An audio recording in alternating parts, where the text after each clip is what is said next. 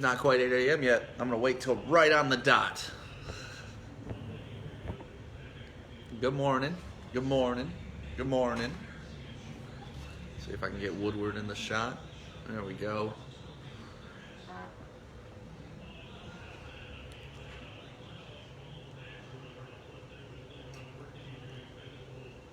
And good morning. It is 8 a.m. My name is Stick, and this is Woodward Sports.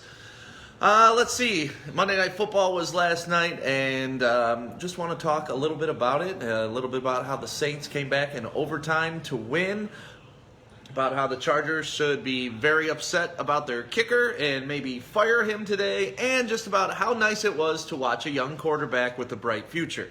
So let's get into that first. Justin Herbert in the first half last night, he threw for 3 touchdowns, which tied the Monday Night Football rookie record. Dak Prescott was the previous rookie to be able to do that on Monday night. But really, I was just watching Justin Herbert and thinking of, man, how excited Charger fans must be because their future looks bright. I mean, they have a quarterback that a lot of people doubted coming into the draft. They were calling him soft, said that he couldn't do it in the NFL. You know, it was really just Tua and Joe Burrow. Those were really only the 2 quarterbacks that were talked about coming into the 2020 NFL draft. Herbert, the stock was kind of dropping. They said he was inconsistent in some big games.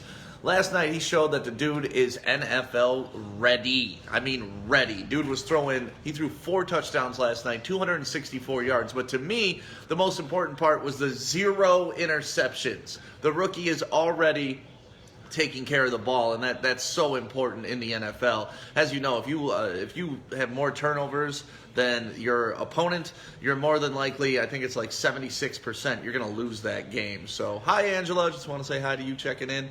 Taking care of the ball is important, and especially if you're a rookie and you're already doing it while throwing 4 touchdowns, that's a good sign for the future. And so I was sitting on my couch last night just watching Justin Herbert, watched the first half, watched him do his thing. And I got to thinking, man, how exciting it is to have an up-and-coming quarterback. And then I got to thinking, well, what are the Lions going to do when Matthew Stafford is done? And I'm not even saying this is a trade Matthew Stafford talk. This is a what is the plan after Stafford talk. I mean, we know his career is coming to an end at some point, correct? I mean, either it's going to be with the Lions in the next 3 or 4 years, which is one option, or it's going to be traded to another team. And either way, I don't think the Lions are prepared for this to happen at all. I mean, we did not draft a young quarterback this year when we could have. We took Jeff Okudah with the number 3 pick. Okudah struggled a little bit so far this season. He did have an interception in his last game. You don't expect rookie cornerbacks to come in and dominate the league, so I'm not too concerned about Jeff Okudah. I think he'll still be a good pick. But they could have traded down and either gotten Tua and an extra pick, or now we look at it and they could have gotten Herbert and an extra pick. And probably all of Detroit would have freaked out if they traded down to get Herbert before seeing him play in the NFL. But now that you've seen the kid play, you know that probably would have been a good move. So really, I'm just concerned as a Lions fan of what's next. We don't really have a plan for the immediate future, and we don't really have a plan for the long term. You know, even Aaron Rodgers, like the Packers, they drafted a quarterback in the first round to push him and Jordan Love. And look at what it did to Aaron Rodgers this year. He's coming out. He's doing better than he has, like, literally in the past 2 to 3 years. Dude is on an MVP-style type season right now. You look at Alex Smith in Kansas City. You know, they let Alex Smith, serviceable quarterback, good quarterback, and watching him play last Sunday was amazing. But you saw Alex Smith in Kansas City. He was a good quarterback. He got him to the playoffs, but they were still ready to move on with Patrick Mahomes. Now, you want to throw it back to the 80s. You got Steve Young waiting to back up Joe Montana. So this formula has been done over and over. I mean, we already talked about Aaron Rodgers. They did it to Brett Favre, too.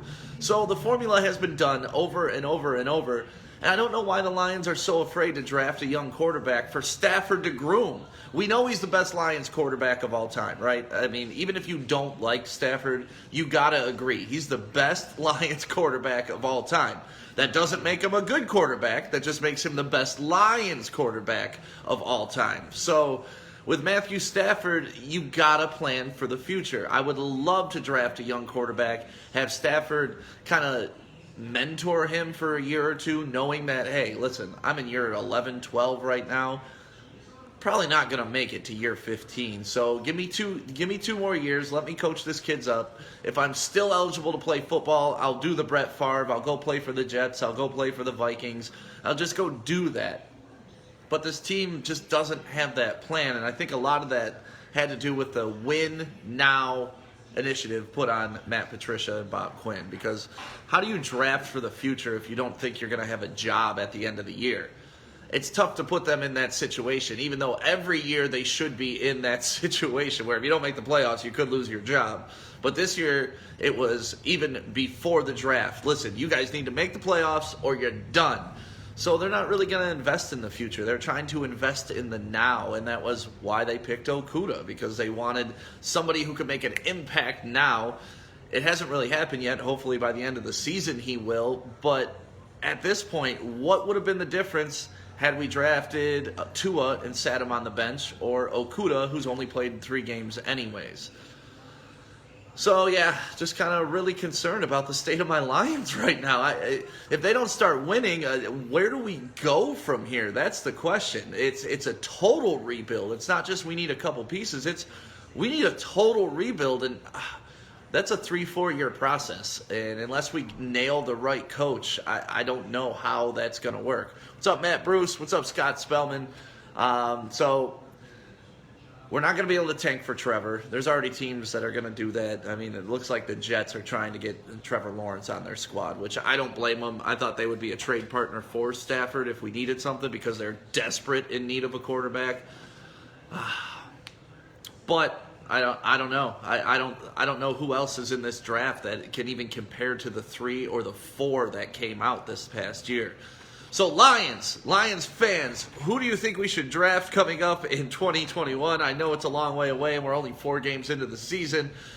But for real, we got to think about the future. You got to think about the now and plan for the future. And I just don't feel comfortable enough that we've done that. So that's my Lions talk this morning. Thank you for waking up at 8 a.m. My name is Stick. This is Woodward Sports.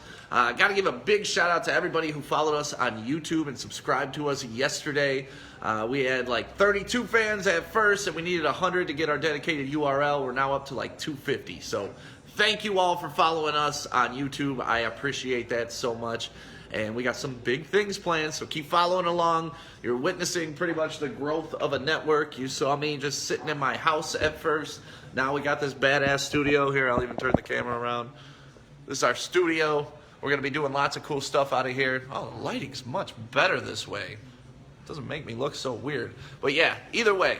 So this is our studio. We got big things planned. We got cameras. We got microphones. We're going to be on scene. We're going to be doing lots of things. Plus, we got some big names to announce that are going to be coming up on Woodward Sports. So thank you very much for waking up with us this morning. I'm going to keep spinning in my chair because it's fun.